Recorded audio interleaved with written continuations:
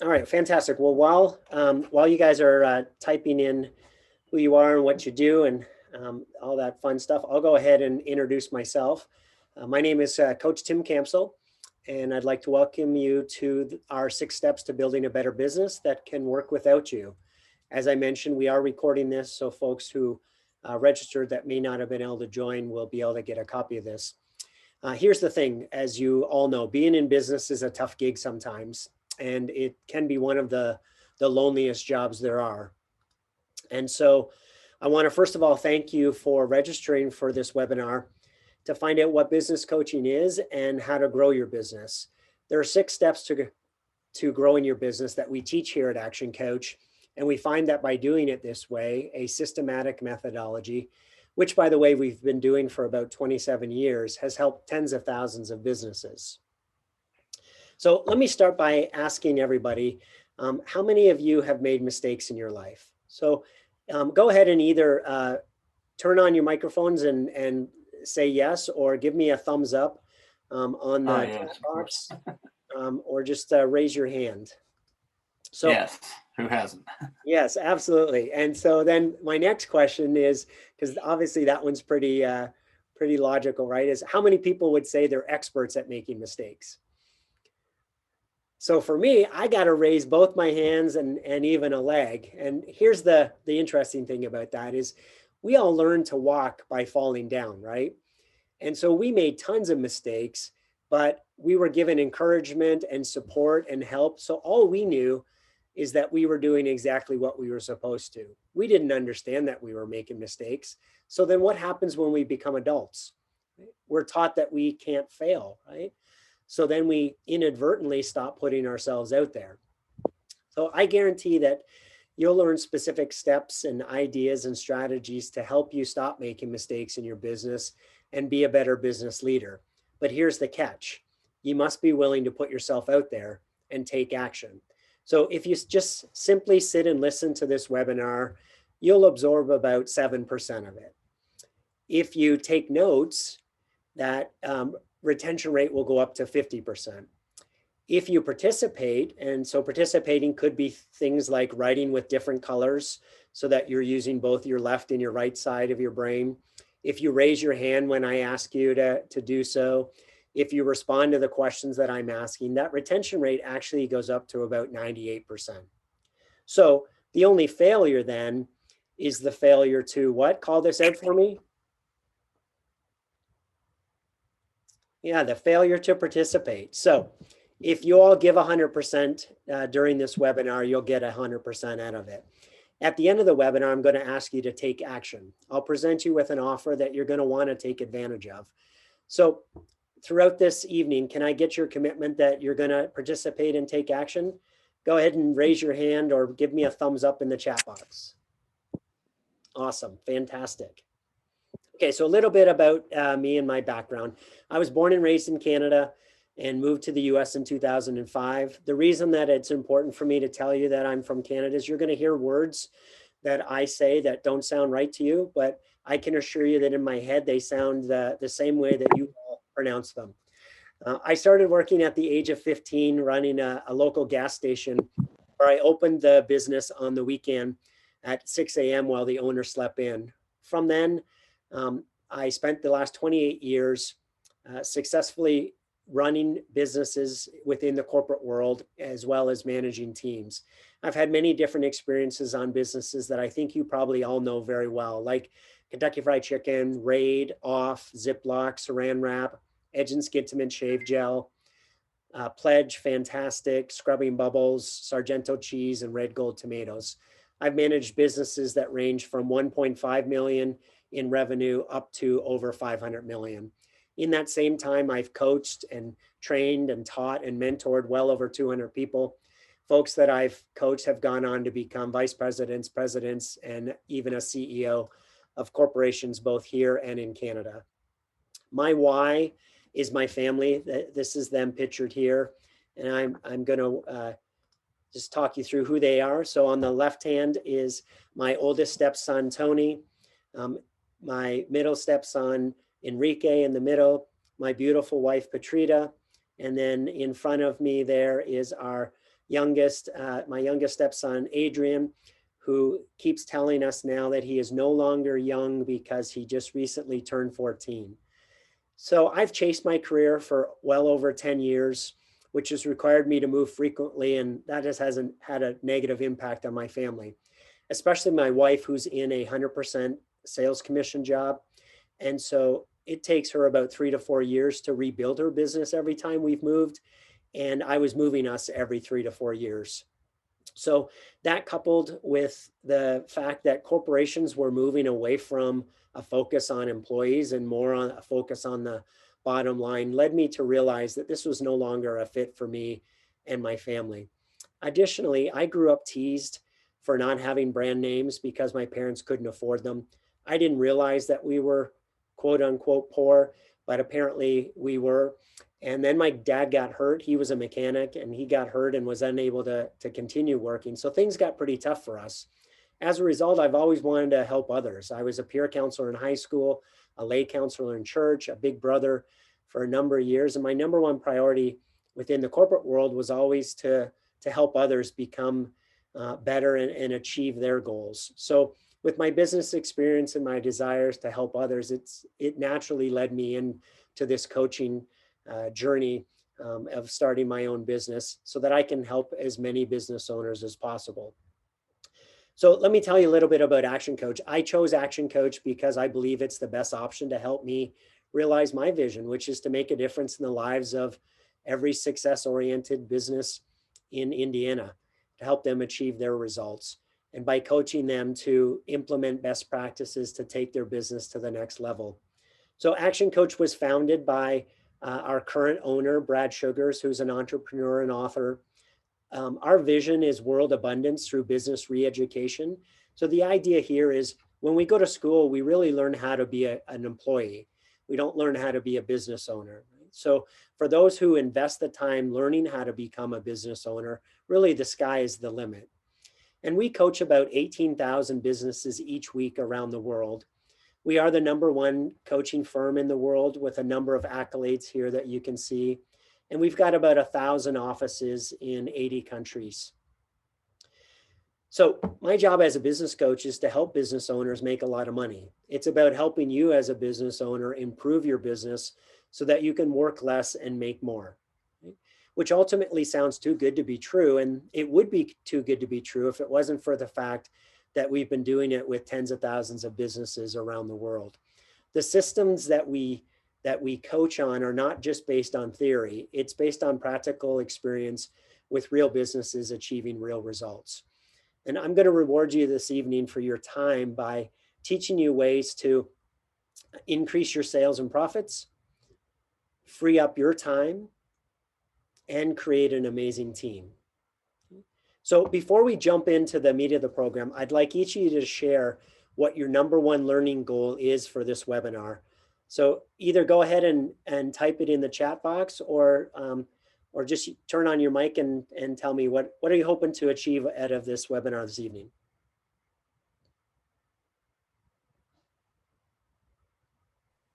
I'll be honest, I'm not sure. I heard about you through a client of mine, who's a mutual contact, and I signed up honestly just to see what this was. So fantastic, Anthony. Well, I appreciate you joining us this evening. You'll see that that is Anthony. Do you go by Anthony or Tony?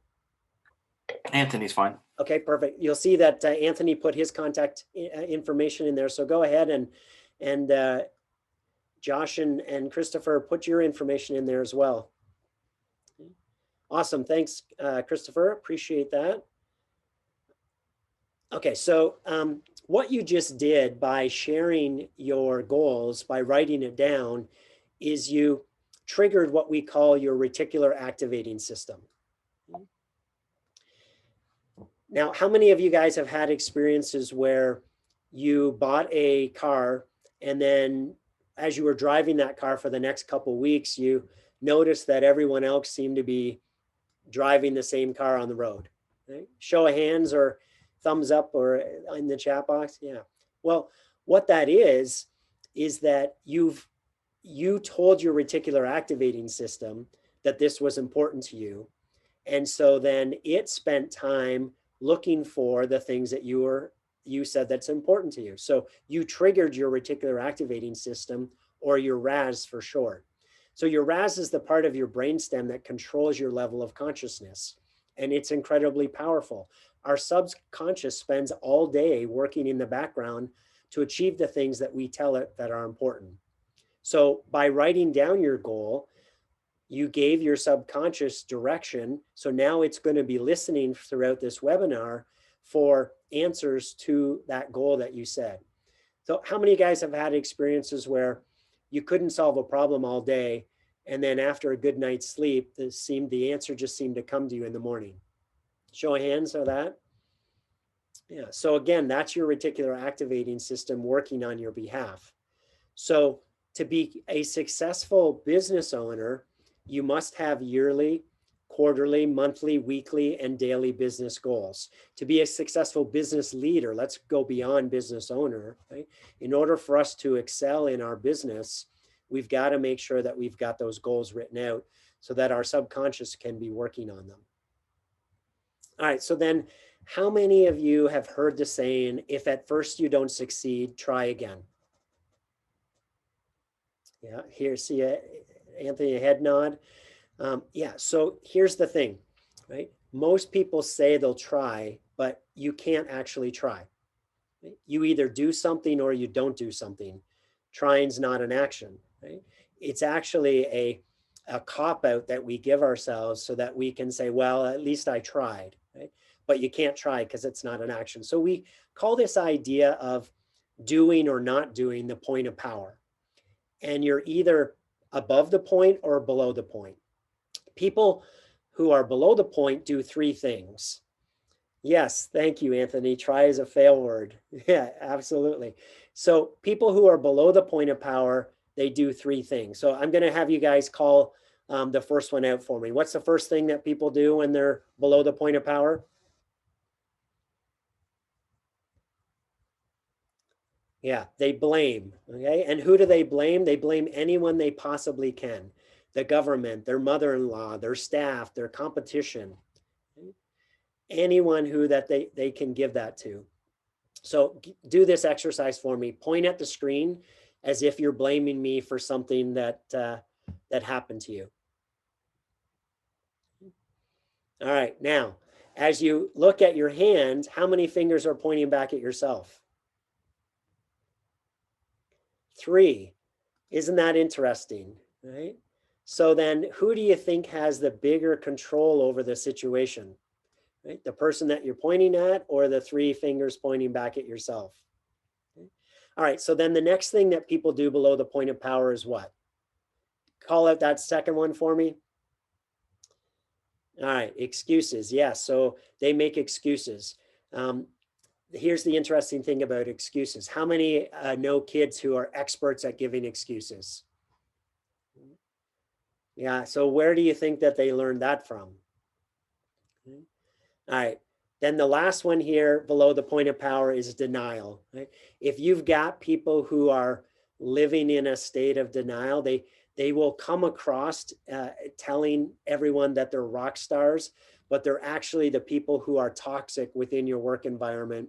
Those are the folks that you got to get rid of right away because they're going to bring everyone down with them. All right. So now let's look at above the point of power. Notice that ownership is actually ownship, right? And so when we're above the point of power, we actually take our oar and we're able to chart our course, right? So these people take ownership, take accountability, take responsibility to make sure that they're mapping out their own path, versus people who are below the point of power live in their proverbial bed of life, and nothing is their fault and nothing is within their control. So we have a daily choice. We can either choose to be powerful or we can choose to be powerless. It's up to us. So can I get an agreement that everyone is willing to play above the point of power, at least for tonight? Show of hands. Fantastic. Okay, so Now that we realize that we've got a choice to be above or below the point of power, it doesn't mean we're going to be perfect all the time. So I can remember one day I was in a meeting and I became very frustrated with a comment that was made. So much so that I excused myself from the meeting. I went to my office and packed up my stuff, went out to the car and started driving home. And then as I was driving home, I started reflecting on that and thinking about, I wonder what I'm going to tell my wife when I get home, right? And it's the middle of the day. So I did a U-turn on the road, went back to the meeting with my tail between my legs, apologized for stepping out, and fortunately, right, there was no negative consequence to that. So my point in sharing that is we can always do the right next thing, even when we realize that we're below the point of power and we've made a wrong decision. All right, anyone know teenage kids who are experts at saying, I know? So the example that I use that it happens here a lot is there are things that my step boys consistently forget doing, and I'll remind them of it, and then they'll say, I know, Tim. Right? Well, here's what happens when we get older. We just become a little more polite about saying, I know. In a meeting, we might cross our arms, or we might whisper it under our breath, or we may subtly roll our eyes. But here's the negative of thinking I know, is it kills the possibility that maybe we can learn something from the conversation. We're actually telling our reticular activating system that there's no value in this conversation or in this meeting, and that it should stop paying attention and go work on all the other projects that we have on our plate and solve those for us. So instead of saying I know, can I get everyone's agreement that we should treat every experience as if it's a new experience and keep our mind open to the possibilities of learning more? Show of hands. All right. So instead of I know, replace that with something like, isn't that interesting? Or, hey, tell me more. Okay. All right, and then the last thing, to get the most out of any learning experience, we must be willing to have some what? Call this out for me, everyone. Yeah, we must be willing to have some fun. Fun. Yes, thank you, Anthony. Yeah, we got to have fun, right? Because business is hard. So it's important to build in times of fun and celebration. So that's why we need to have a reason for doing the things that we do every day. So whether it's a daily celebration or a weekly celebration, create these opportunities within your business to celebrate those things. So for us as a family, on Friday we have weekly pizza and movie night, and this is just a way for us to transition from the weekday into the weekend, a little bit of a celebration. It's become such a ritual that our youngest even makes us do it if we're traveling. All right, so let's think about your business. There's two types of businesses. The first is where the business is driving the business owner, with them having their hand in all the day-to-day activities. All decisions need to be made by them. No one can do the job as well as them, and they're working 60, 70, or 80 hours a week.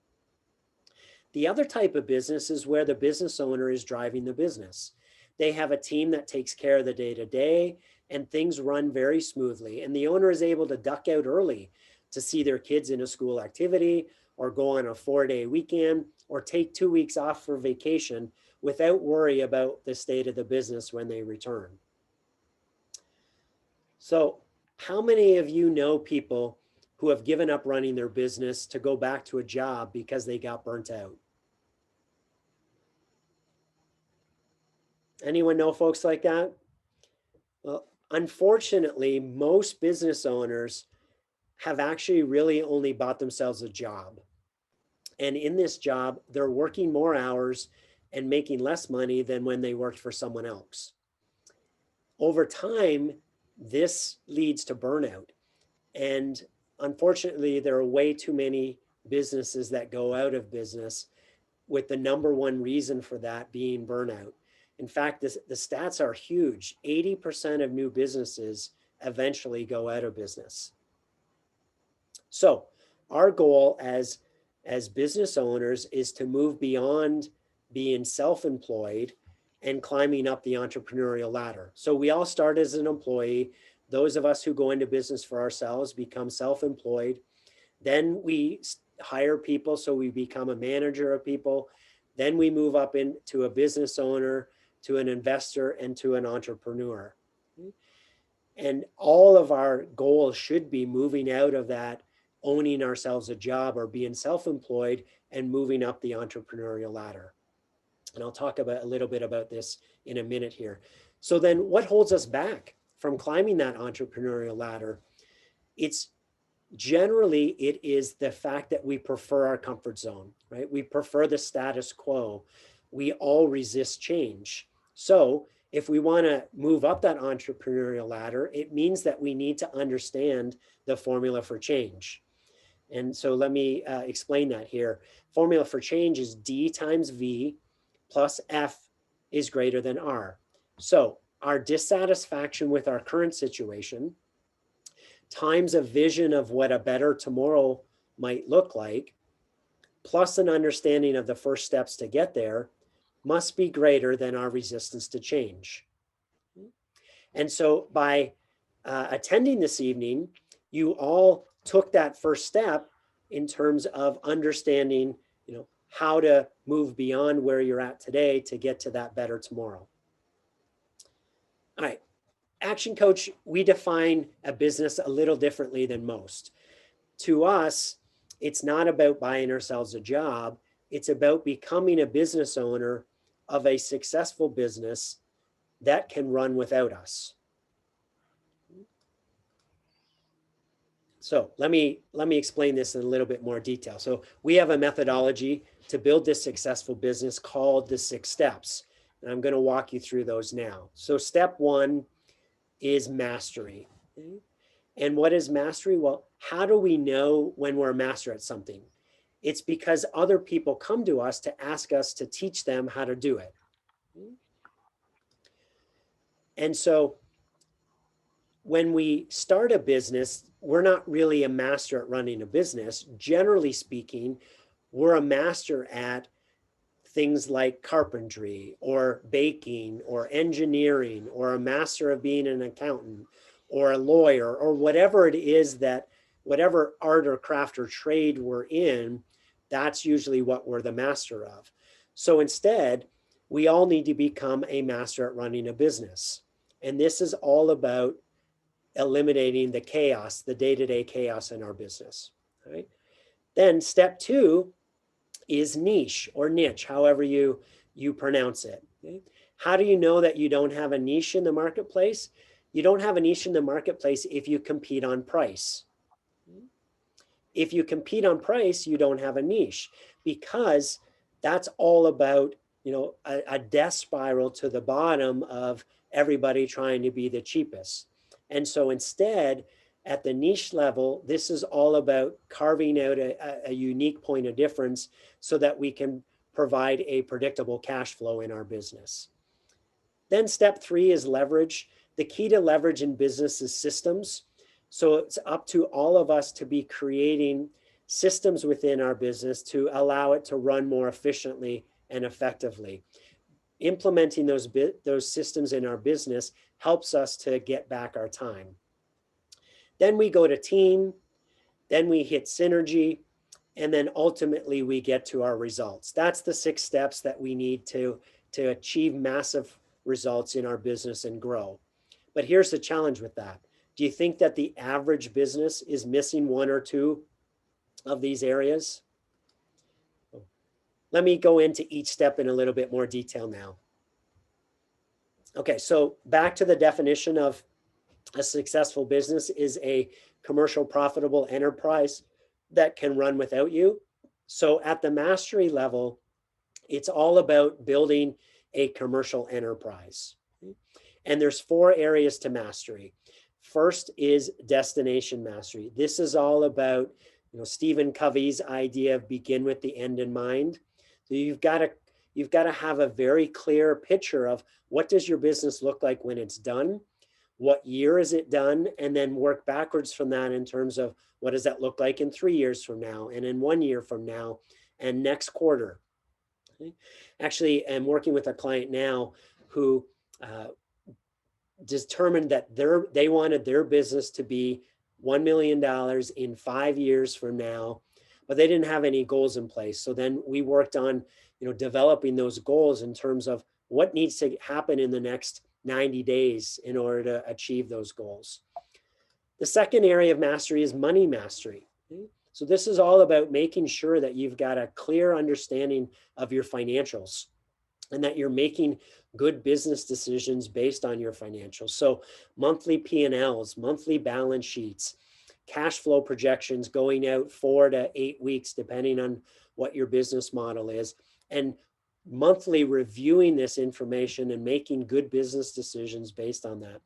I have a client, when we first started working together, they said that they just give all of their information to their accountant at the end of the year and pray that they made money. Now, that's not the best way to run a business, certainly. But now she's in the process of creating those monthly documents and being able to review her numbers. Number 3 is time mastery. So most business owners I talk to say that they could never find 4 to 5 hours a week to work on their business, to do the things that are required as part of the coaching arrangement. So one of the things that we have them do right away is what we call a time study. And that's just figuring out how they're spending their time over a 2-week period. And I had one client who said that she was embarrassed to tell me how many hours a week that she wastes on her phone. And simply by knowing that, she's been able to get back way more than the 4 or 5 hours that are needed to be able to work on her business. And then finally, delivery mastery. This is all about ensuring that we're consistently meeting and beating our customer expectations and that we're making it easy to buy from. So one simple way to do this is putting surveys in place where we're getting feedback from our customers or our clients on a regular basis, because generally speaking, folks are not going to tell us that they're unhappy with us. They're just going to leave. And so by having this mechanism in place, we can address the issue before those customers leave us. All right, so then let's talk about niche. So back to our definition, we now have a commercial profitable enterprise. Okay, and why is it profitable? It's profitable because we're not competing on price. Okay? So back to that, what I was saying earlier, if we're only competing on price, then we don't have a niche. Okay? This creates an opportunity for us to actually go into bankruptcy, because someone bigger than us is always going to be willing to undercut us on price to steal share. So it becomes this death spiral to the bottom. Now, I know there's a lot of concern about raising prices, especially in the current economy. But here's the thing, right? Our prices go up every year, right? The things we're buying are still increasing, whether that be utilities or rent or supplies. And so why wouldn't we at least pass those price increases along to our customers? We've done a number of different surveys and tests with our client base. And we see that every time our clients take price, the few customers or clients that they might lose because of that price increase is more than offset by the profit improvement in their business. In fact, I have a client who raised her prices 3 times over the past 2 years, and she's realized a 200% increase in her profit. All right, the other thing that we need to do within niche to allow us to not compete on price is to come up with a unique selling proposition. This unique selling proposition is the thing that clearly differentiates us from our competitors, that allows us to stand out and charge the price that we need to have a sustainable business model. The second thing is to develop a guarantee.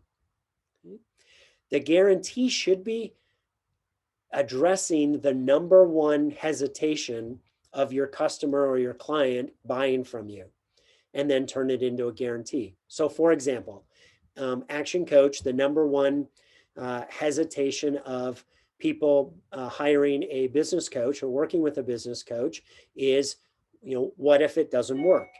Okay. So the guarantee that we have with our one-on-one clients is that within 17 weeks of working together, your business will grow enough to pay for my fees to date, or I keep working for free until it does. So think about in your own business, what type of guarantees can you implement that overcome your number one challenge? If you can't think of anything, just look at your industry and discover what is something that's mandatory. What is the government mandate that you must provide? And then just guarantee that, because chances are no one else is claiming it. And so by you claiming it in your marketing, right, it actually helps differentiate you from your competitors. Oops. All right. The next area within niche is testing and measuring. So everything that we do in our business, we need to make sure that we're testing and measuring it. If we're not testing and measuring it, then we have no idea if it's working or not. And so then we don't know if we should continue it. We don't know if we should do more of it. Here's a great example of this. So I have a client who, when we first started working together, she spent all of her marketing budget on a program that didn't work. And unfortunately, she got talked into that program from the sales rep because they gave her a discount by signing up for 18 months as opposed to going month to month. And so as you can imagine, unfortunately, she found out that it wasn't a good program for her business model. And now she was stuck in it for 18 months. So the idea of testing and measuring is test small, measure, see if the program is actually helping us, making a difference in our business. And if so, then scale it up. All right, then the last thing in niche is our marketing and sales activities. And this is where I want to introduce our formula here, what we call the most important formula in business, called the 5 ways to massive profit. So let me explain this. Most business owners know how many customers they have, they know what their revenue is, and they know how much profit they make. So which of these do you think is the most important? Well, it's a trick question because, right, these are actually the least important numbers in your business because they're all results. You can't actually go out tomorrow and get another customer. You can't increase your revenue tomorrow, and you can't improve your profit tomorrow. So this is where it gets exciting. Here's what you can do. You can focus on the 5 ways to massive profits. So let me walk through this formula. So first of all, number of leads. Right? Leads are proposals. So you'll do marketing activity and people will respond to your marketing and they'll be, saying, hey, I'm interested in learning more. Those people are unqualified prospects. You probably have some type of mechanism in place where you pre-qualify or qualify those prospects to the point where you get in your business model where you would classify them as a lead. The way we define that is they're at the proposal stage, right? They're ready to buy. So leads times conversion rate. Conversion rate is what percentage of those people become customers. So leads times conversion equals customers times number of transactions. So number of transactions is how many times they buy from you a year. So that's a measure of repeat business. Times average dollar sale. How much on average do they spend with you each time they buy equals your revenue. Times profit margins equals your ultimate profit. So let me use some numbers here to bring this to life a little bit more. So let's assume this pretend customer or business has 4,000 leads. Okay, so again, that's how many people a year came through the funnel far enough to say, I'm ready to buy from you. I'd like to understand, how much that costs and what's included in that price. Okay. Let's assume 25% of those converted to customers. So that would equal 1,000 customers. Okay. Times 2 transactions. So this is average transactions. So some customers may only buy from you once. Some customers may buy 6, 7, 8, 9 times, but on average, in this example, they buy from you 2 times a year. So they repeat with you twice. Average dollar sale in this example is 100. So same idea here is some people may only spend $10 each time they buy from you. Some people may spend 1,000, but on average, they've spent $100 on average each time they buy from you. In this example, they buy from you 2 times a year, and there's 1,000 of them. So 1,000 times 2 times 100 is 200,000 in revenue. Profit margin 25%, which gives you a profit of $50,000. So I'm going to come back to this example in a minute after I go through the rest of the 6 steps. All right, so then we get to step 3, which is leverage. Back to our definition here of a commercial profitable enterprise that works without you. We now, at the leverage stage, we have a commercial profitable enterprise that works.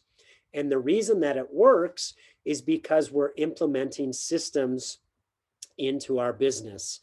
And systems stands for saving yourself time and energy and money.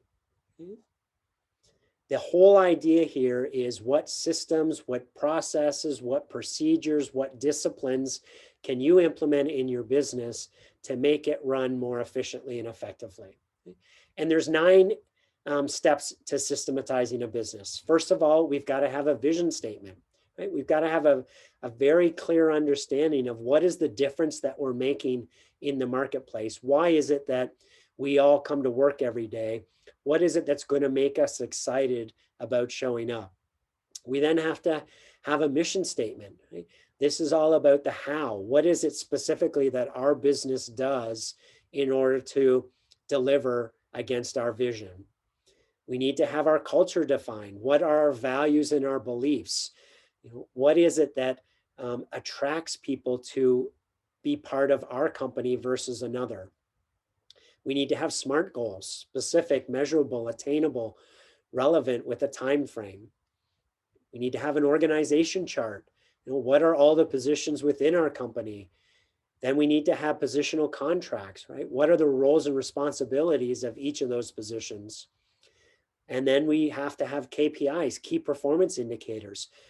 How are we measuring each person within the organization to ensure that they are being held accountable to the things that are most important in their role?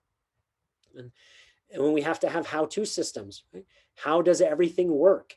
Right? If somebody leaves our organization and they're full of all the knowledge of how to work a particular process or a particular machine in our company, we can't have that risk of all that information leaving with them. So we got to make sure that all that detail is written down into a how-to system, how-to process, so that we can use that to train the next person. And then finally, we need to have an overall management system in place. How are we managing our staff against those key performance indicators, against those goals? How are we making sure we're holding people accountable? How are we helping them to grow and develop? There's a lot of talk about leadership, not much talk about management, but managing our people is a key role that is needed to make sure that we're managing our business to success. All right, then we move to team. Back to the definition, we now have a commercial profitable enterprise that works without you. The reason that it works without you is you've now got the team in place. Okay? So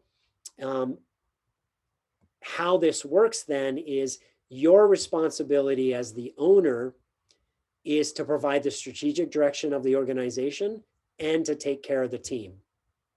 When you take care of the team then takes care of the customers. When the customers are taken care of, they take care of the business through repeat business as well as referrals. And when the business is taken care of, it takes care of you, the owner, through the profits that the business delivers. And there's 6 areas or 6 keys to a winning team. It starts with strong leadership. then having a common goal that everybody's working towards, clearly defining the rules of the game so everybody knows, you know, what is a, you know, a 5-yard penalty versus what is an eviction. Then we have to have clear action plans so everybody knows what their role is in the bigger wheel, right? The bigger wheel of the organization. We also have to support risk taking, allow people to make mistakes, allow people to make decisions on their own that may not always be right. And then finally, we've got to create 100% involvement and 100% inclusion within our company. Then the 5th step is synergy, and the 6th step is results. This is when everything seems to be clicking in your business. You can begin strategizing on the next stage of your entrepreneurial activity. The business has become a well-oiled machine. You're generating passive income that can be generated from the business to be able to either invest in other businesses or take care of, pay for all the things that you want out of life. At that final step of results, this is where you've become an investor. Right? You as the owner are reaping the benefits of this business. You're investing in other businesses or in the stock market or in real estate, and you have multiple streams of passive income.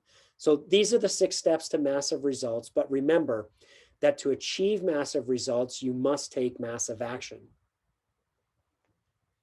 So let's revisit our little business that I shared earlier. So again, here are the numbers that I took you through. And let's think about implementing some strategies across each of those 5 areas to achieve a 10% increase. Now, here's the really cool thing about this formula. Just by implementing this tracker in your business, tracking your business monthly against the 5 areas, right? Understanding where you're at, our clients on average see a 10% increase in each of the 5 areas just by tracking. And the reason for that is because, you know, what gets measured gets focused on, and we just naturally get better at it. On top of that, we've got 350 strategies across each of those 5 areas that when we start working together, that's one of your first homework assignments, is to review that list and come up with 1 or 2 strategies in each of those 5 areas that you're going to work on over the next 12 months. So with a show of hands or a yes in the chat box or a thumbs up, do you think that by implementing this tracker in your business, as well as 1 or 2 strategies in each of the 5 areas, that it's possible or feasible to see a 10% increase in each of those 5 areas? I have a unique business model that I follow, which is different from this. So yes and no. Okay, awesome. Thanks, Anthony. So let's see then what, Christopher, thank you. I appreciate your input. Let's see then what a 10% increase would be in each area. Okay. So number of leads. One of the easiest ways to increase our number of leads is to reach out to an existing happy client or happy customer and ask them to introduce us to someone that they know that may also be interested in our service. Right? So that's an easy way to increase our number of leads. So in this example, a 10% increase would take it from 4,000 to 4,400. Okay? Conversion rate, a 10% increase here would take it from 25% to 27.5. So notice here that it's a 10% increase, not a 10-point increase. So a strategy here to improve our conversion rate, go to, again, to our happy customers or our happy clients and ask them to write us a testimony or a review, right? Or give us a 5-star rating on Google. We can then use those reviews or testimonies with new clients or new prospects, right? And show them, look at, hey, here's other people who have enjoyed working with us. And that will help get people over the edge in terms of being willing to work with you as well, because they see others who know, like, and trust us. Okay, so a 4,400 leads times 27.5 would be a customer count of 1,210. So then a 10% increase on transactions would go from 2 to 2.2. So a good example here of improving transactions. Let's use getting our hair cut. Okay, so for me, I need to get my hair cut every 4 weeks, or it gets messy. But I don't always remember to go every 4 weeks because I get busy, right? So sometimes I might go every 5 weeks or every 6 weeks. And so that the barbershop's missing out on a transaction or two a year because of my inability to remember to go when I should. So if they actually booked my next appointment when I was getting my hair cut this time, right, and then they send me a reminder message to make sure that I come every 4 weeks, right, then they're going to improve their number of transactions. All right, let's talk about average dollar sale. One strategy for implementing or improving your average dollar sale is think of McDonald's, right? We go to McDonald's, we place an order. What's the thing that the cashier says back to us after we've placed our order? Would you like fries with that, right? So what is your version of what would you like fries with that? What in your business model can you upsell or cross-sell? Because the great thing about the McDonald's example is some percentage of everybody is going to say yes to that upsell. So it's free money that McDonald's wouldn't have got if they didn't ask. So same with your businesses. If we're not asking, we're not going to get it. So a 10% increase here would take it from 100 to 110. Okay? So 1,210 customers times 2.2 transactions times $110 average dollar sale takes our revenue to $292,820. Profit margin, to improve that by 10%, I talked about this earlier, price increase. Okay? If you haven't taken a price increase in the past year, it's something that I highly encourage you to do right away. Look at your different products or services within your business model. Look to see what your current profit margins are. Start with the ones that are below average, but also look at everything across the board to understand if you're leaving money on the table. So a 10% price increase here or a 10% improvement on our profit margin would take us from 25% to 27.5, which means that our profit total would be 80,525. So here's the really awesome thing about this formula. Because it's all multiplication, there's a multiplier effect from the top to the bottom. So we improved our customer count by 21%. We improved our revenue by 46%, and we improved our profit margin by 61%. Okay? So now let's look at what this same model would look like over 5 years by doing the same strategy of a 10% increase in each of those 5 areas each year by implementing, again, 1 or 2 strategies in each area. So in year 2, our profit would go up 159%. In year 3, 317%. This is all versus the base year of the 50,000 profit. In year 4, profit goes up 571%. And then in year 5, 983%. So show of hands or thumbs up or yes in the comments. How many of you would like to see almost 1,000% improvement in your profit over the next 5 years? So as you can see, by implementing just some small changes in each of those 5 areas can have a significant impact year over year on our business. All right, so let me share a quote by Richard Branson here. He says that if you can learn to run one business successfully, then there's no reason why you can't run any number of businesses at the same time, because the principles are the same. So think back to what I've just talked you through, right? The 6 steps to building a better business, the 5 ways to massive profits. Once you learn how to do those things, then it becomes very easy to apply those principles to business number 2, right? To business number 3, right? Get the businesses to the point where they can run without you. You've got a management team in place. And now you're reaping the benefits of that passive income and implementing those strategies into your second business or your third business. Jim Rohn, he says that you should never wish your life were easier. Instead, wish that you were better. He says to work harder on yourself than you do on your job. I want to share a formula for life success that piggybacks on that Jim Rohn quote. So we have this formula, we call it B times do equals have. So we all want to have certain things out of life. Generally speaking, at a high level, there's some variation of freedom, flexibility, and wealth. And for those of us who have gone into business for ourselves, we've determined that it's a better path to that freedom, flexibility, and wealth working for ourselves than it is working for someone else. However, the problem that we face, or that we inadvertently put ourselves into, is that we focus all of our energy on doing.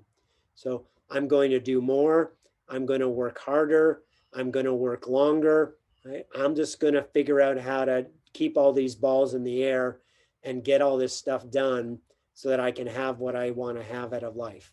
Unfortunately, there's only 24 hours in a day, and some of that time we've got to sleep. And by doing more, we eventually hit our own capacity and we become the bottleneck within our company. I've had a number of business owners tell me about this yo-yo effect in their business, where right, they'll be growing their business, right, and things are going really well, and then it gets to the point where it peters off and the business starts to decline, and then right, they start building it back up and it gets back to about that same level, and then it peters back down again. And that, generally speaking, these numbers differ for different business industries, but generally speaking, it's around that 300 to 700,000 revenue mark where the business owner is over capacity, and that's what brings that roller coaster effect into your business, because the business owner has reached their own capacity and they start dropping balls, and so the business shrinks back to what the business owner is able to manage on their own, but it overcorrects, so it goes less than what the business owner can achieve. So let's use a formula here and say we've got 1 unit of B, we've got 1 unit of do, so 1 times 1 equals 1. Right? If we get really super great at doing, right, we're working longer, we're working harder, we're finding ways to be more efficient in that working, right? We're practicing some sleeping practices that we don't have to sleep as much. Let's say we get that to up to a 10. So now 1 times 10 equals 10. Okay? What if we were able to take 5 of those units out of doing and put them into being? So now 5 times 5 equals 25, right? So the same amount of energy, but we're spending half of the energy on becoming a better version of ourselves, right?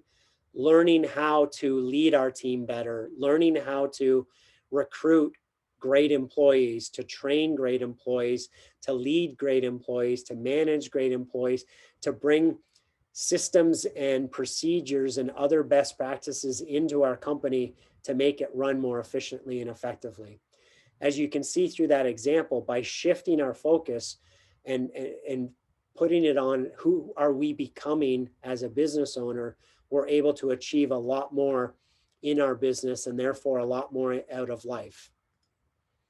All right, a couple final quotes here from our founder, Brad Sugars. He says, where you'll be in 5 years will depend on the books you read, the people you associate with, and the actions you take. He also says that we're either growing or we're dying. Okay? We're growing or we're dying because there's no such thing as status quo. You know, if we stop learning, then our competitors are learning. Therefore, we're actually shrinking in our knowledge, and therefore our business is dying. Okay?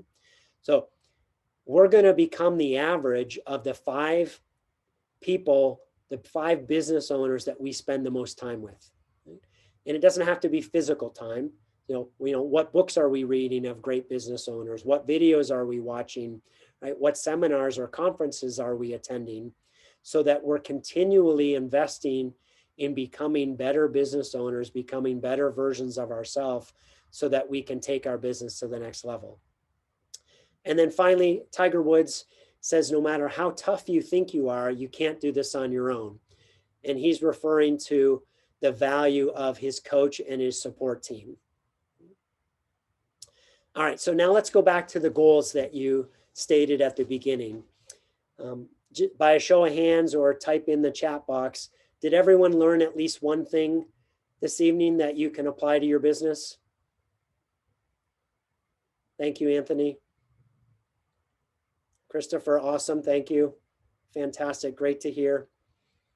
All right, so remember at the beginning I said that it's all about taking action. So please write that one thing down, whatever your key learning was. If you learn more than one thing, make sure that you've written those down. And then also beside that one or two things or three things, however many it is, write down specifically what's the action that you need to take to implement that key learning in your business. And then how will you hold yourself accountable to ensure that you actually follow through on implementing that one thing? I want to make sure that you guys are doing that exercise now for yourself, because what generally happens if you don't take the time to write it down now, what will happen is we'll brush a piece of paper off to the side of our desk with our scribble notes on it, right? And then we'll get back into our day-to-day tomorrow, and that scribble note piece of paper is going to be in our way, so we're going to brush it out of our way, and then we'll have lost the benefit of the investment of your time this evening in those one or three things that you learned. Okay? So again, just my coaching to you is make sure that you do that process of writing it down and holding yourself accountable to delivering it. Okay, so remember at the beginning I mentioned that we'd be giving you an offer that you'd be crazy not to take action on. Well, there's usually two directions from folks when they go through this webinar. The first one is, hey, folks will say, hey, Tim, thank you so much for this information. I love what I've learned. I've taken a ton of notes, and I'm gonna take it from here and give it a go on my own. Or there may be those of you who say, hey, I want massive results, and you might be asking yourselves, hey, how do I get more details on what you learned today? So this is what we do. As your business coach, I work with you to implement the 6 steps that we just walked through in your business. I become your uncomfortable friend who pushes you when you need that kick in the butt, right? That proverbial kick in the butt, who confronts you when you're living in blame, excuses, and denial, and who reminds you of your end game when things get tough and you want to quit. Because yes, business is hard, and there will be times that you want to quit. So just like a sports coach who continually pushes folks to excel, you would have hired me to do the same for you, so that you can achieve the business successes that you want to be able to realize the personal dreams that you have. So if you're the person that chose that second option, if you want those massive results and you're ready to do whatever it takes to get there, I have a special offer for you. I figure there's no better way to know if we should be working together in a coaching relationship than to actually do a coaching session. And the first one's on me. Everyone watching this webinar, either live or on the recording, you're invited to have a complimentary coaching session with me. It's a 2-hour session, as well as some upfront time. Those are valued at $2,500. And I have a limited number of these that I offer each month. So if you're ready to take your business to the next level, you're going to want to get on this right away. The way that it works is it starts with a brief questionnaire to give me a little bit of background on you and your business. We'll then have a check-in call. I usually have some questions on the way you answered that questionnaire. So we'll have a 30-minute check-in call to make sure that I have everything that I need to set me up to be able to give you the most value in that 2-hour complimentary coaching session. That session is a deep dive into your business where I'm going to understand where you're at today, where you want to go, some of the challenges that you're facing. I'm going to show you more hands-on our methods of how to help you get your business to that next level. You're going to walk away with a number of strategies that you can apply to your business right away. And ultimately, it's a way for you to learn more tangibly, what does business coaching look like? How might it benefit your business so that you can make a decision on whether coaching's right for you. If we both decide that it makes sense, we'll then determine which package is right for you, and we'll get you started right away. Look, my passion is growing businesses and coaching business leaders. So I guarantee that you'll walk away from that coaching session with at least one strategy that you can implement in your business right away. So if you want to take advantage of that, please send me a message. I've got my email here on the screen, and we'll set up a meet and greet call just to talk through it in a little bit more detail, make sure that I answer any questions that you have. And on that call, we'll book those meetings.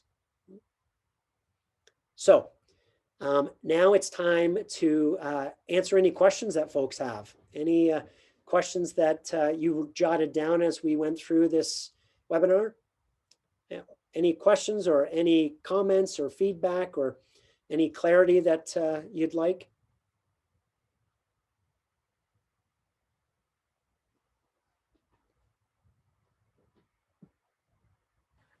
Did you hear me? I said I can't think of anything.